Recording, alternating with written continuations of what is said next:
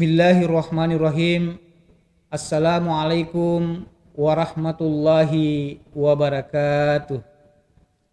Alhamdulillahi rabbil alamin. Wassalatu wassalamu ala asrafil anbiya'i wal mursalin wa ala alihi wa ashabihi ajma'in. Puji syukur alhamdulillah kita ucapkan kepada Allah Subhanahu wa taala, di mana Dia masih memberikan kepada kita kesempatan, kesehatan, dan setitik ilmu pengetahuan, sehingga pada kesempatan ini saya dapat membuat video PDD UKT-PT sebagai salah satu syarat untuk mengikuti seleksi Serdos tahun 2022. Perkenalkan, nama saya Supriyadi SAG MPD, dosen agama pada Prodi Informatika Universitas Cokro Aminoto Palopo. Pada kesempatan ini, saya akan memaparkan salah satu mata kuliah yang saya ampuh, yaitu Pendidikan Agama Islam dengan bobot 3 SKS. Adapun deskripsi mata kuliah ini adalah mata kuliah ini membahas tentang masalah pokok dalam Islam, meliputi hakikat manusia, kemudian hakikat agama, sumber-sumber ajaran agama Islam yaitu Al-Quran dan hadis, kemudian ijtihad. Ruang lingkup ajaran agama Islam meliputi akidah dan syariah, serta hukum di dalam Islam, pembinaan keluarga dalam Islam, ekonomi dalam Islam, politik dalam Islam, ilmu pengetahuan di dalam Islam, tradisi umat Islam di Indonesia, dan yang terakhir adalah etika mahasiswa Islami.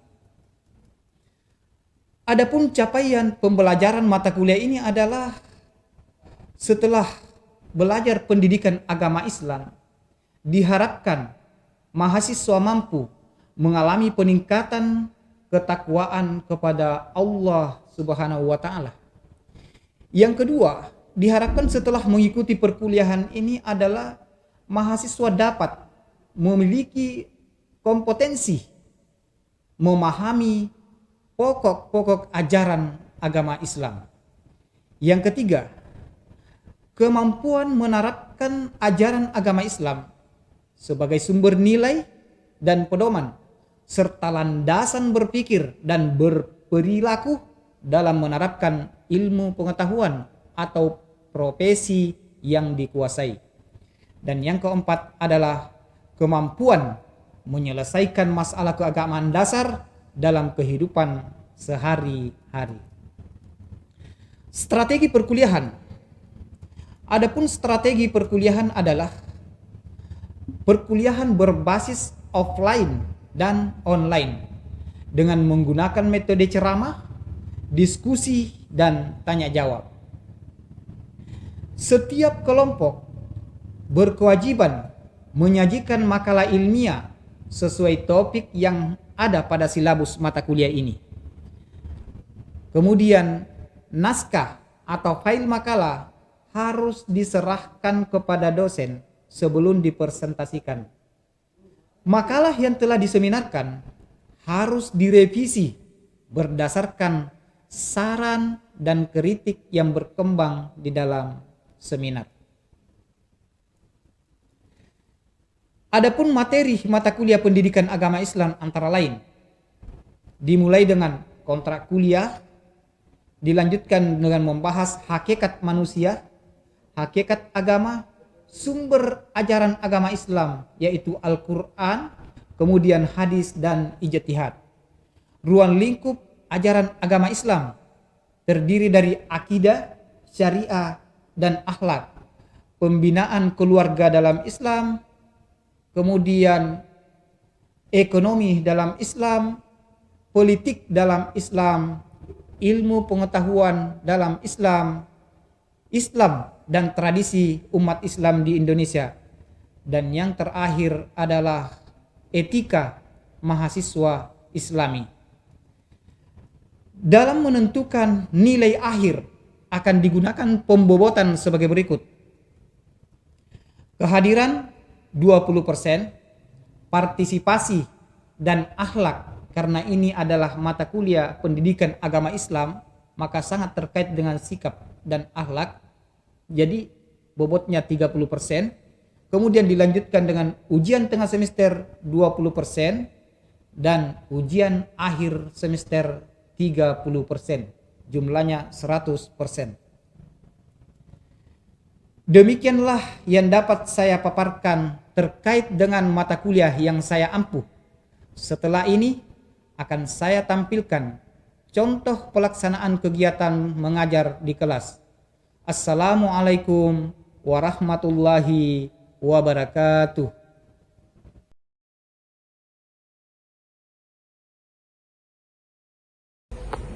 Assalamualaikum warahmatullahi wabarakatuh. Waalaikumsalam warahmatullahi wabarakatuh. Alhamdulillahi rabbil alamin. Wassalatu wassalamu ala asrafil anbiya'i wal mursalin wa ala alihi wa ashabihi ajma'in. Amma ba'd. Puji syukur kita panjatkan kehadirat Allah Subhanahu wa taala, di mana pada pagi hari ini kita masih diberikan kesempatan, ya, kemudian diberikan kesehatan dan sedikit ilmu pengetahuan, sehingga dengan kapasitas tersebut sempatlah kita berkumpul di tempat ini dalam rangka melaksanakan salah satu proses perkuliahan.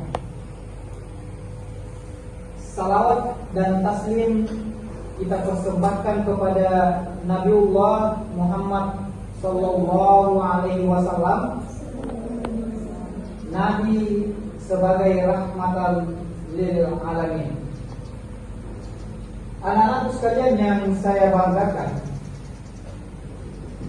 sebelum kita melanjutkan proses perkuliahan ini, alangkah lebih afdalnya kalau kita berdoa kepada Allah Subhanahu wa taala, semoga kita senantiasa berada dalam bimbingannya dan dimudahkan segala urusan kita. Doa dimulai.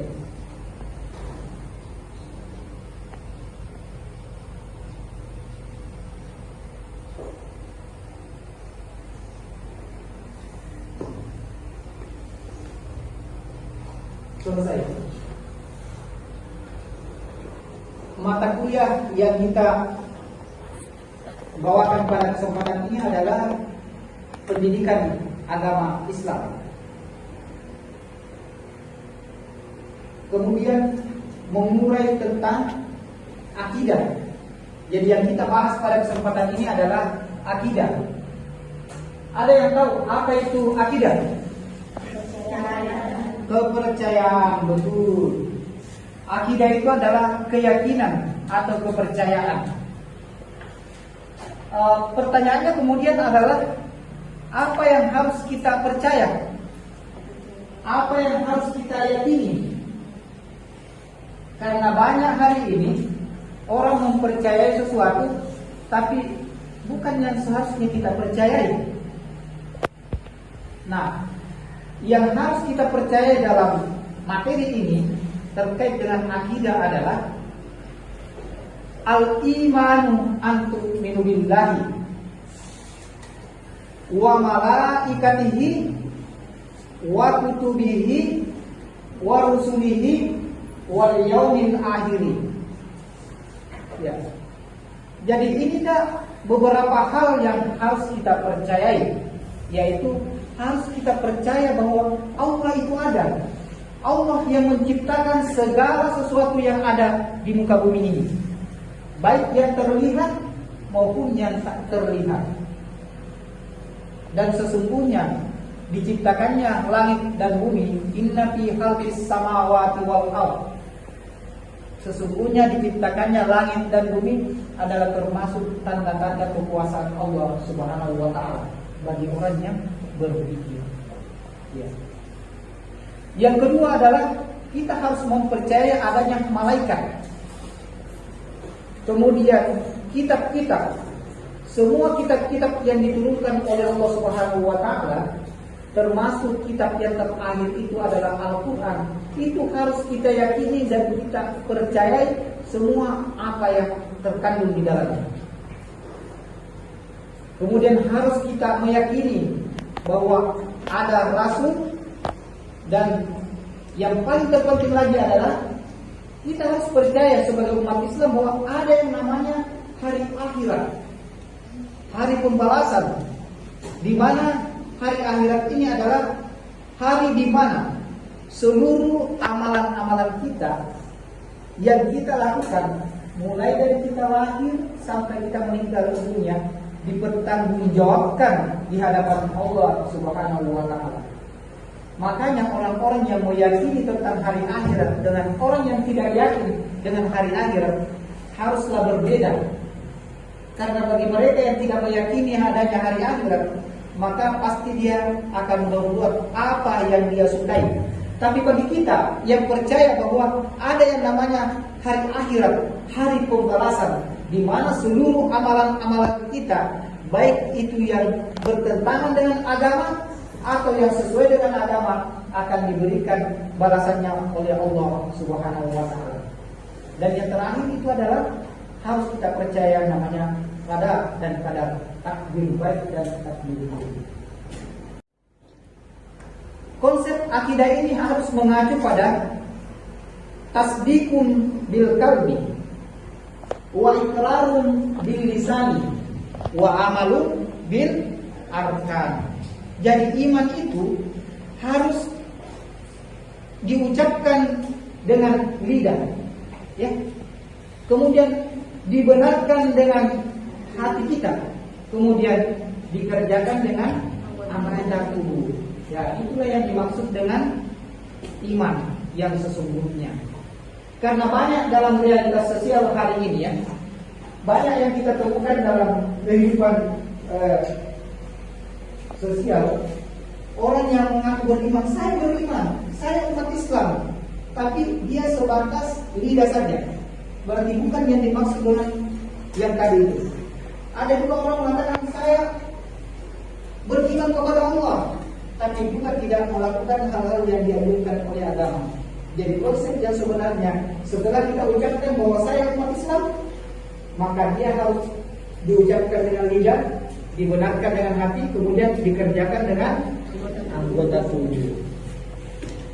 Anak-anak sekalian yang saya banggakan, selanjutnya terkait dengan muamalah, maka dalam Islam itu sudah diatur sedemikian rupa tentang masalah perkawinan, ya. Dalam perkawinan itu bagaimana caranya melakukan perkawinan, kemudian talak, siapa yang harus jadi saksi, siapa yang harus jadi wali, itu semua diatur dalam perkawinan. Kemudian warisan dan wakaf. Nah, itulah kira-kira yang terkait dengan syariat.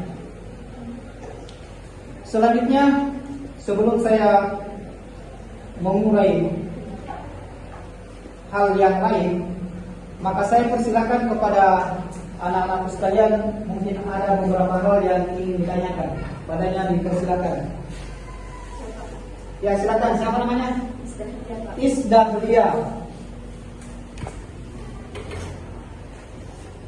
Bismillahirrahmanirrahim. Assalamualaikum warahmatullahi wabarakatuh. Waalaikumsalam warahmatullahi wabarakatuh. Perkenalkan, nama saya Isdahlia dengan ekor NIM 212.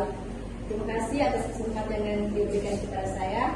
Saya ingin bertanya, bagaimana cara agar kita yakin terhadap Allah, padahal Allah itu tidak terlihat? Terima kasih. Wassalamualaikum warahmatullahi wabarakatuh. Waalaikumsalam warahmatullahi wabarakatuh.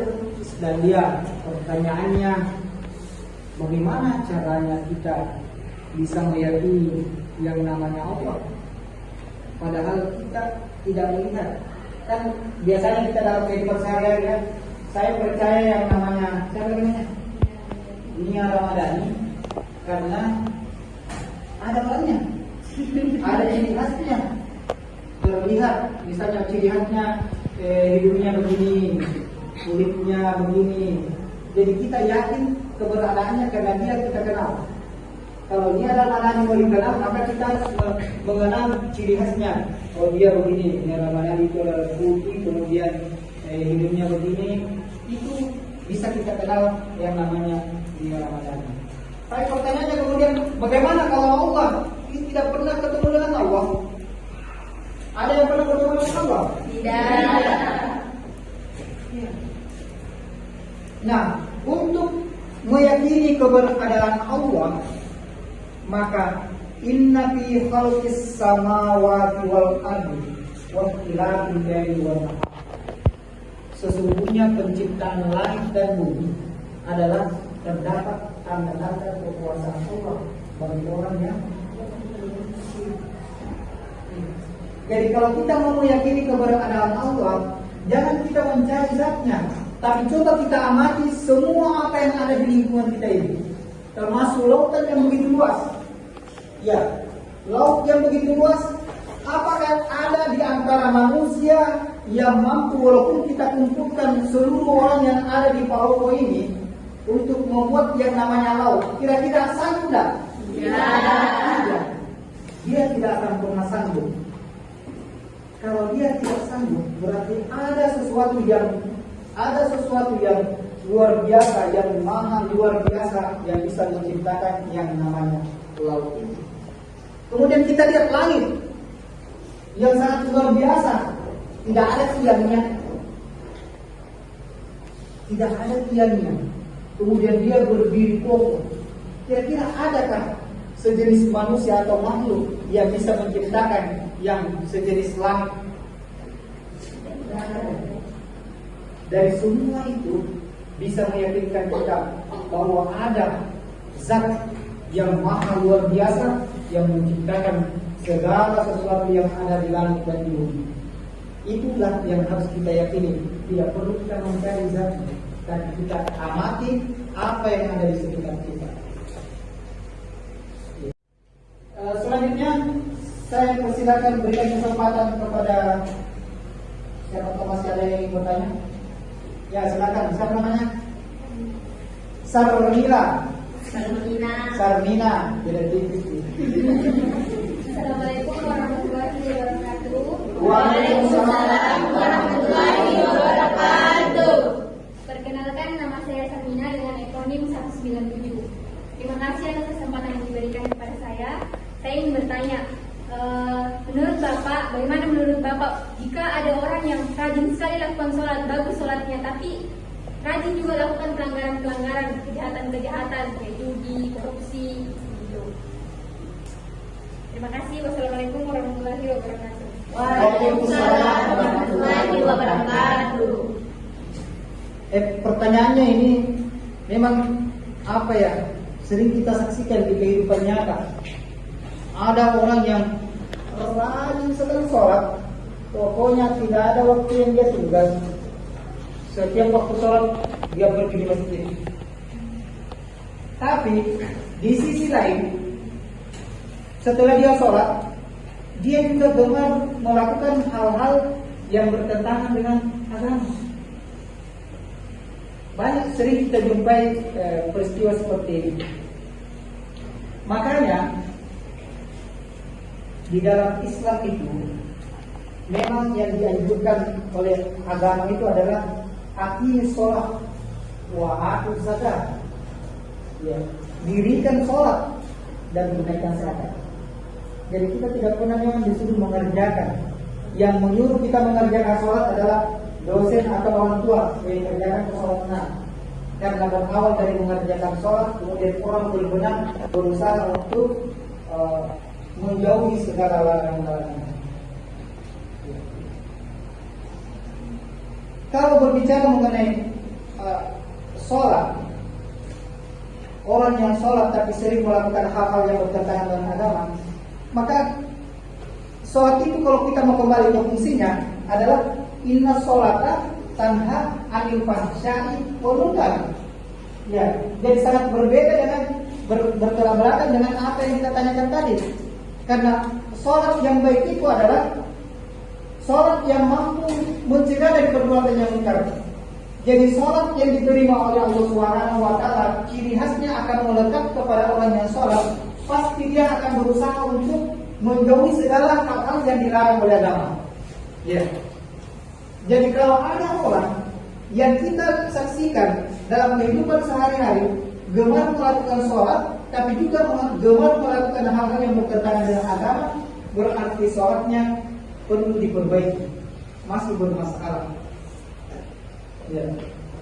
Karena sesungguhnya sholat itu harus diletakkan dalam hati kita, mengontrol kita kemanapun kita pergi.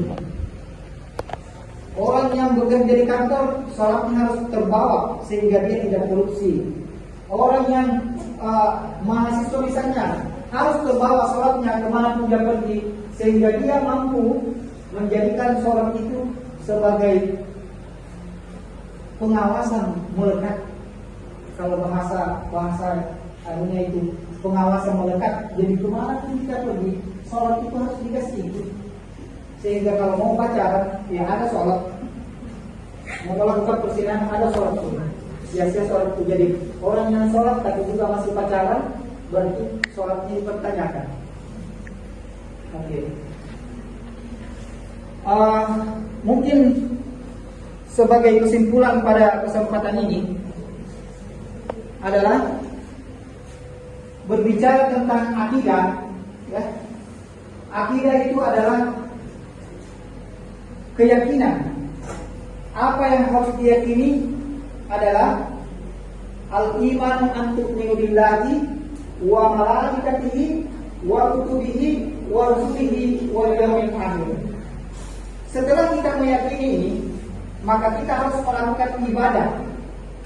Ibadah itu dalam bentuk sholat, puasa, zakat, dan haji.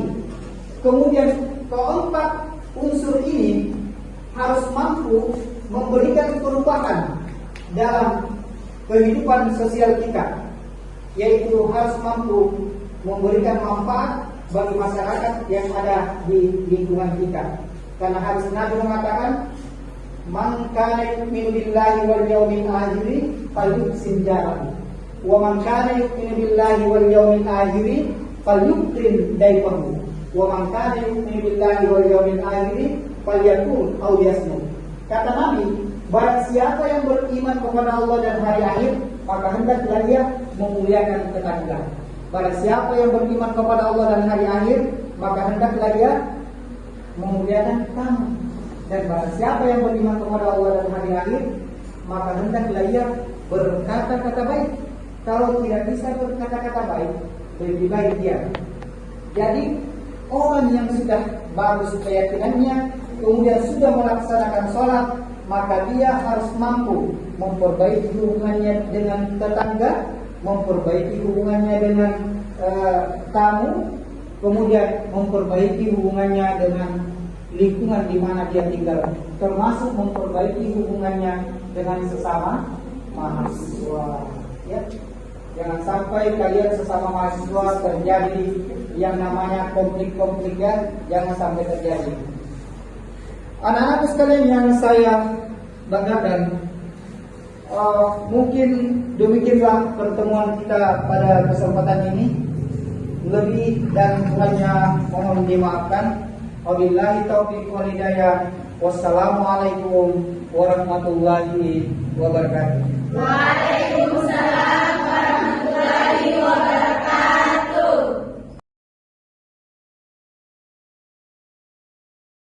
Assalamualaikum warahmatullahi wabarakatuh. Waalaikumsalam. Waalaikumsalam warahmatullahi wabarakatuh. Alhamdulillahi rabbil alamin. Wassalatu wassalamu ala asrafil anbiya'i wal mursalin wa ala alihi wa ashabihi ajma'in. Amma ba'd.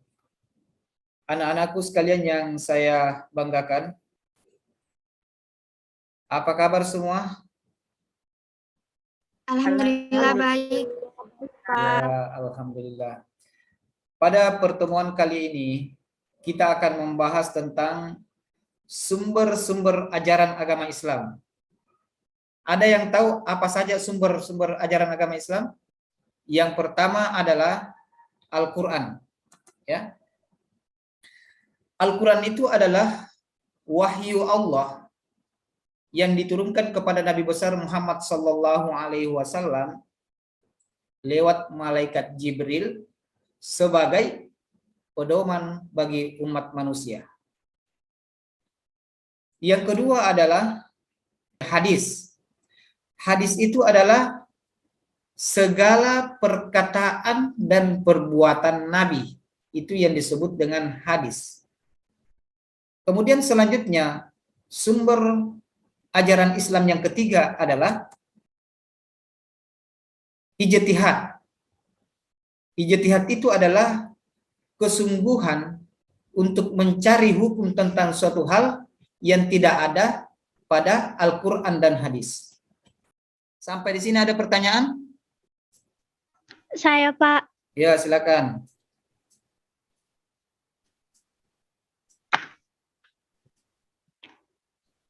Assalamualaikum warahmatullahi wabarakatuh. Waalaikumsalam warahmatullahi wabarakatuh. Perkenalkan, nama saya Nurul Qur'ani dengan ekor NIM 195. Saya mau bertanya kepada Bapak, bagaimana cara agar kita bisa mencintai Al-Quran? Terima kasih. Terima kasih. Nurul Qur'ani. Namanya bagus sekali ya. Sesuai dengan pembahasan kita kali ini. Ya. Bagaimana caranya supaya kita mencintai Al-Quran? Bukan mencintai Qur'ani. Ya. Cara kita supaya bisa mencintai Al-Quran adalah kita harus mempelajari Al-Quran, baik dari cara membacanya, kemudian mempelajari artinya, maknanya, sehingga kita tahu apa isi dan kandungan di dalam Al-Quran. Karena ada pepatah mengatakan, tak kenal maka tak sayang. Iya. Anak-anakku sekalian yang saya banggakan, selanjutnya, sebagai kesimpulan daripada pertemuan kita pada kesempatan ini adalah bahwa sumber hukum dalam Islam adalah Al-Quran, kemudian hadis, dan ijtihad. Apabila terjadi suatu permasalahan yang ada di dalam masyarakat, maka haruslah kita kembalikan kepada Al-Quran dan hadis, sebagaimana firman Allah yang berbunyi, Ya ayyuhallazina amanu atiullaha wa atiur rasul wa ulil amri minkum fa in tanasa'tum fi syai'in farudduhu ilallahi wa rasul in kuntum tu'minuna billahi wal yaumil akhir zalika khairu wa ahsanu ta'wila. Yang artinya, hai orang-orang yang beriman, taatlah kepada Allah dan taatlah kepada Rasul dan ulil amri atau pemerintah. Apabila terjadi perselisihan di antara kamu, maka kembalikanlah ia kepada Al-Quran dan hadis. Jika kamu benar-benar beriman kepada Allah dan hari akhir, itu lebih baik bagimu. Demikianlah pertemuan kita pada kesempatan ini. Lebih dan kurangnya mohon dimaafkan. Billahi taufiq wal hidayah. Wassalamualaikum warahmatullahi wabarakatuh. Waalaikumsalam warahmatullahi wabarakatuh. Sebelumnya perkenalkan, kami dari kelompok 1.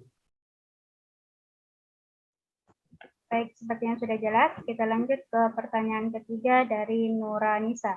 Kepadanya kami persilahkan. Baik, selesai sudah sesi presentasi kita pada hari ini. Kami ucapkan terima kasih dan mohon maaf apabila ada kesalahan. Wabillahi subhanaka Allahumma wa bihamdik asyhadu an la ilaha illa anta astaghfiruka wa atubu ilaik. Wassalamualaikum warahmatullahi wabarakatuh.